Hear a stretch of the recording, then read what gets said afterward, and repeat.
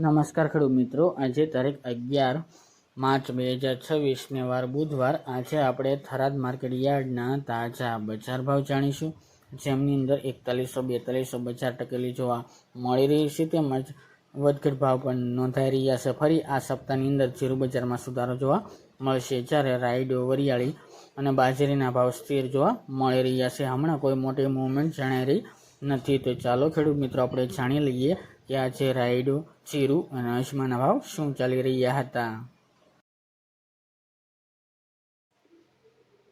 ખેડૂત મિત્રો, આજે આપણે થરાદ માર્કેટ યાર્ડના બજાર ભાવ જાણીએ તો જીરું 3051 થી 4160 રૂપિયા, રાયડો 980 થી 1317 રૂપિયા, એરંડા 1245 થી 1332 રૂપિયા, રાજગરો 1470 થી 1618 રૂપિયા, ઈસબગુલ 1850 થી 2650 રૂપિયા, વરિયાળી 1330 થી 1330 રૂપિયા અને બાજરી 450 થી 554 રૂપિયા.